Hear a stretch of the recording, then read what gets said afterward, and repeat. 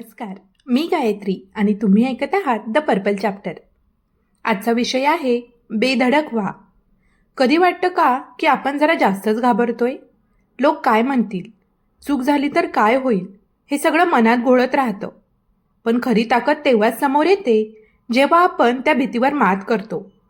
चला तर मग शोधूया तो आत्मविश्वास जो आपल्याला खऱ्या अर्थाने मुक्त करतो. अनेकदा सर्व माहिती असूनही, ज्ञान असूनही, मी करू शकेन याची खात्री असूनही आयत्या वेळेस चांगले चांगले कच खातात. हा त्यांचा स्वभाव झालेला असतो. कारण त्या लोकांना त्यातला रिस्क फॅक्टर जास्त दिसतो. अपयशी व्हायची शक्यता जास्त दिसते. अशा लोकांनी काय करावं? ज्यांची कच खायची वृत्ती असते अशा लोकांना मी एक टेक्निक सांगतो. टेक्निकचं नाव आहे 1 दिवस धडक द्यायचा. म्हणजे काय? तर 8 दिवसातून 1 दिवस असा ठरवा की त्या दिवशी फारसा विचार न करता कामं करायची, बेधडकपणे कामं करायची. कुठलंही काम करताना, कुणाशीही बोलताना बेधडकपणे पुढे जायचं.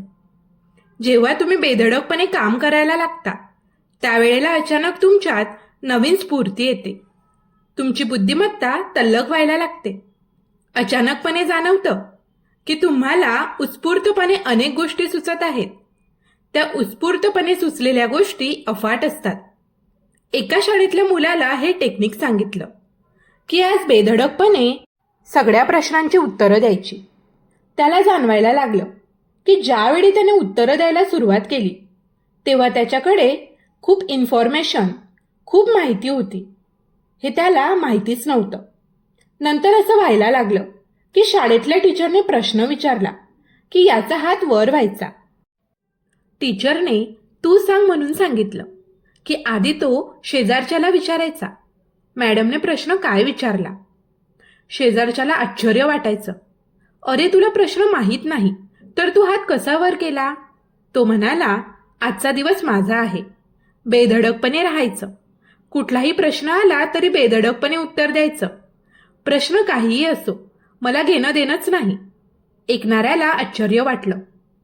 8 दिवसातील 1 दिवस बेधडकपणे काम करायला सुरुवात केली तर अनेक वेळा तुम्हाला जाणवेल ही जी सवय आपल्या मनाला लागते, ही जी टेंडन्सी तयार होते, तीच वृत्ती, तीच टेंडन्सी तुम्हाला अनेक ठिकाणी वापरणं सोपं जातं. एखाद्या दुकानात तुम्ही गेलात तर बेधडकपणे आत जा. कुणा अधिकाऱ्याला भेटायचं आहे तर बेधडकपणे आत जाऊन बोला. अशा अनेक भीती ज्या तुमच्या मनात साठल्या आहेत त्या बेधडकपणामुळे बाहेर पडतील आणि तुम्ही त्याला सामोर जाऊन तोंड द्याल. खरं तर भीती आपल्या मनात असते. ज्या वेळेला तुम्ही बेधडकपणे जाऊन त्या भीतीला तोंड देता तुम्हाला जाणवतं की भीती गायब झाली आहे. उलट तुम्ही खूप चांगल्या पद्धतीने कार्य केलंय. सर्वात महत्त्वाचं म्हणजे तुम्हाला तुमचा तल्लख बुद्धिमत्तेची ओळख पटायला लागते. सगळ्यांमध्ये तल्लख बुद्धिमत्ता असते पण ती वापरता का येत नाही? याचं मुख्य कारण तुमची बुद्धिमत्ता तुम्ही तल्लखपणे केव्हा वापरता? ज्या वेळेस तुम्ही मोकळेपणाने कार्य करता, जेव्हा तुम्ही स्वतःला संकुचित करून घेता, अकुंचित करून घेता, त्यावेळेला बुद्धी तुम्हाला मदत करत नाही. बुद्धी पण आखडली जाते, बुद्धी पण संकुचित होते. एका कार्यशाळेत मला सांगितलं गेलं होतं की आमच्या लोकांमध्ये एकत्रित काम करण्यासाठी आत्मविश्वास नाही, तर तुम्ही असं काहीतरी करा की ज्यामुळे त्यांच्यात आत्मविश्वास येईल, मोकळेपणा येईल. त्यांना एक छोटा गेम मी खेळायला दिला.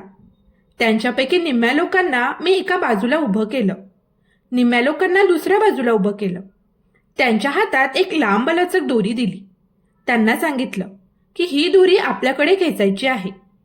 खरं तर हा खेळ लोकांनी याआधी खूप वेळा खेळला असेल, पण त्यावेळेस त्या दोन्ही टीमला ते लक्ष दिलं गेलं. सुरुवातीला कसं खेचू असं म्हणणाऱ्यांच्यात रस्सीखेच सुरू झाली. अचानक सगळ्यांच्यात ऊर्जा आली. सगळे ओरडायला लागले आणि कित्येक वेळ तो खेळ चालला होता. जेव्हा तो खेळ संपला तेव्हा सर्वांनाच असं जाणवलं की त्यांच्यातले लाजणारे, बुजणारे मोठमोठ्याने बोलायला लागले होते. त्यांच्या बोलण्यातही आत्मविश्वास आला होता, ठामपणा आला होता. त्या स्पर्धेत कोण जिंकलं, कोण नाही, यापेक्षा त्या स्पर्धेमध्ये सर्वांनी जोरात दंगा केला. सर्वांचा आवाज मोठा झाला होता. सगळे ओरडले होते. आजूबाजूला कोण आहे याचा विचार न करता सर्वांनी एकमेकांना सपोर्ट केला होता. कित्येक वेळेला एका बाजूची दोरी सुटली होती तर दुसऱ्या बाजूचे दोरीसकट एकमेकांच्या अंगावर पडले होते.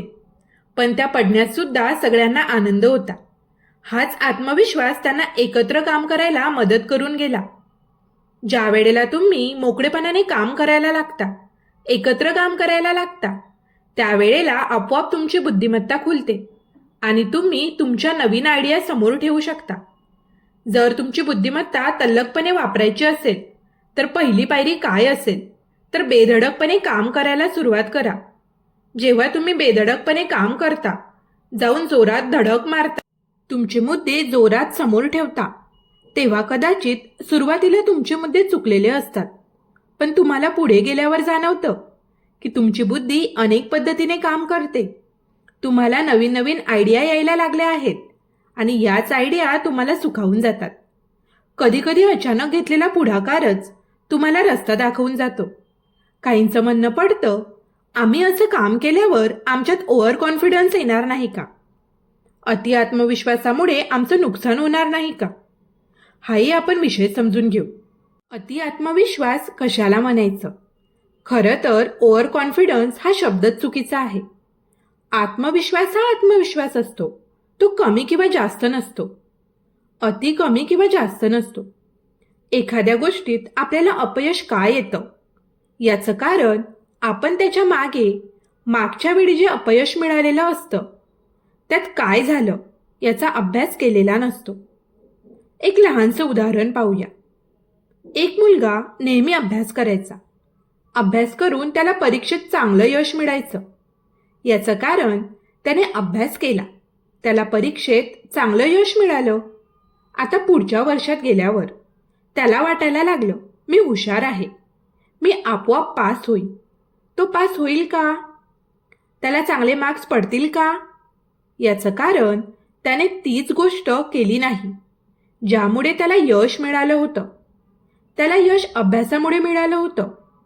तो केला नाही तर त्याला यश कसं मिळेल? कदाचित मला यश मिळालं या यशाची हवा त्याच्या डोक्यात एवढी गेली की त्याला परत अभ्यास करावासा वाटला नाही. म्हणजे काय तर त्याला परीक्षेची जाणीव नव्हती. याचा अर्थ तो अति आत्मविश्वासी आहे असं होत नाही.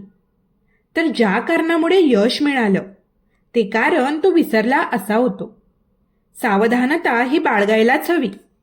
तुम्ही एखादी गाडी चालवत आहात. गाडी चालवताना तुम्ही हेल्मेट घालता. ते घाबरून नाही तर ती सावधानता आहे. गाडी चालवताना तुम्ही 2 चाकी गाडी चालवत आहात आणि कुणी म्हटलं की मला आत्मविश्वास आलाय, मी कशीही गाडी चालवू शकतो, म्हणून त्याने दोन्ही हात वर केले, दोन्ही पाय वर केले आणि गाडी चालवायला सुरुवात केली, तर तुम्ही त्याला काय म्हणाल? अशा माणसाला आपण मूर्खच म्हणू. कारण कितीही आत्मविश्वास आला तरी हात आणि पाय सोडून तुम्ही गाडी चालवू शकत नाही. मग जर याला कोणी ओव्हर कॉन्फिडन्स म्हणत असेल तर हा ओव्हर कॉन्फिडन्स नाही. अनेक जण यालाच ओव्हर कॉन्फिडन्स म्हणतात. आत्मविश्वास अति झाला असं म्हणतात. खरं तर आत्मविश्वास अति झाला असं नाही. याला उत्तर आहे की ज्यामुळे आपल्याला यश मिळाले त्याचे मूळ कारण आपण विसरलो आहोत. ज्यावेळेस तुम्ही ज्या कारणामुळे तुम्हाला यश मिळालं ते कारण लक्षात ठेवता, ते विसरत नाही, त्यावेळेला ओव्हर कॉन्फिडन्स तुमच्यात कधीच येत नाही. अति आत्मविश्वास तुम्हाला कधीच त्रास देऊ शकत नाही. अनेकदा मी बघतो की स्टेजवर चांगलं बोलल्यानंतर अनेकांना कॉन्फिडन्स येतो की मी चांगलं बोलू शकतो. मीटिंगमध्ये खूप चांगलं प्रेझेंटेशन केल्यावर लोकांकडून कौतुक होतं. एखाद्या ठिकाणी गेल्यानंतर त्याने त्याचे मुद्दे मांडले, त्याचं कौतुक झालं. अशा घटना आयुष्यात घडतात. अशा घटना घडल्यानंतर अशा लोकांच्या डोक्यात यशाची हवा जाते आणि त्यांना वाटतं मला सगळं यायला लागलं. पण त्यावेळेस ते हे विसरतात की मला जे यश मिळालं त्याच्यामागे माझा अभ्यास हे मुख्य कारण होतं. मी केलेला अभ्यास, अभ्यासपूर्वक मांडलेली माझी मतं, यामुळे मला यश मिळालं. पुढच्या एखाद्या कार्यक्रमात मीटिंगमध्ये, पुढच्या एखाद्या प्रेझेंटेशनमध्ये हे अभ्यास न करताच जातात. ज्यावेळेस समोरून एखादा प्रश्न येतो तेव्हा त्याचं उत्तर अभ्यास न केल्यामुळे देता येत नाही. तेव्हा यांची मान खाली जाते. सगळे म्हणतात की यांना ओव्हर कॉन्फिडन्स आलाय. खरं तर ओव्हर कॉन्फिडन्स नडला नाही. अभ्यास न केल्याचा हा परिणाम त्यांना मिळाला. त्याचं फळ त्यांना भोगावं लागलं. यासाठी प्रत्येक कार्यात थोडं टेन्शन आवश्यक असतं. त्या टेन्शनमुळेच तुम्ही कार्य करता. जसं स्प्रिंगला टेन्शन असतं व त्या टेन्शनमुळे ती स्प्रिंग काम करते, तसंच आत्मविश्वासी बनताना, आत्मविश्वासपूर्ण काम करताना एवढं तरी टेन्शन पाहिजेच की ज्यामुळे तुम्ही त्या कार्याची तयारी करू शकाल. इंग्रजीमध्ये त्याला प्रिपरेशन म्हणू शकाल, तयारी म्हणू शकाल. ही तयारी तुम्हाला कार्य करताना आत्मविश्वास देऊन जाते. फक्त मुलांवरील विश्वास काय परिणाम देऊ शकतो याचं मी पाहिलेलं जिवंत उदाहरण म्हणजे बाहेती नावाचे गृहस्थ. बाहेती हे एक अतिशय यशस्वी उद्योजक.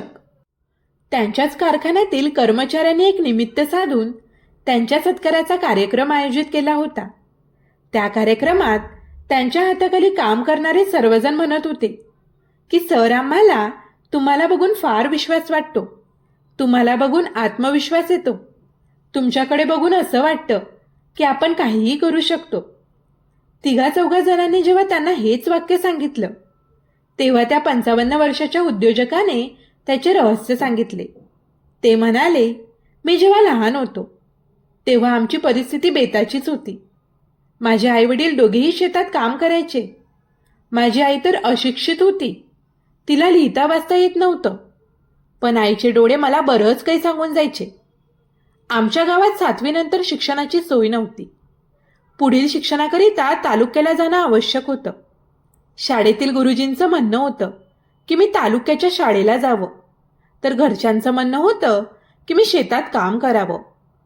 माझ्या आईने मात्र निक्षून सांगितलं की त्याला शिकू द्या. त्यावेळेस दिसणारा आईच्या डोळ्यातील विश्वास मला आजही आठवतो. त्या विश्वासामुळेच तालुक्यातून मी पुढील शिक्षणाकरिता नंतर जिल्ह्याच्या ठिकाणी गेलो. मी विज्ञान शाखेत जावं असं माझ्या शिक्षकांचं मत होतं. बाकी सर्वजण मात्र याला नाही म्हणत होते. पण माझ्या आईच्या डोळ्यांनी मला सांगितलं की तू जे करशील ते योग्यच करशील, तू कर. आईच्या डोळ्यातील माझ्याबद्दल विश्वास बघून मी विज्ञान शाखेत प्रवेश घेतला.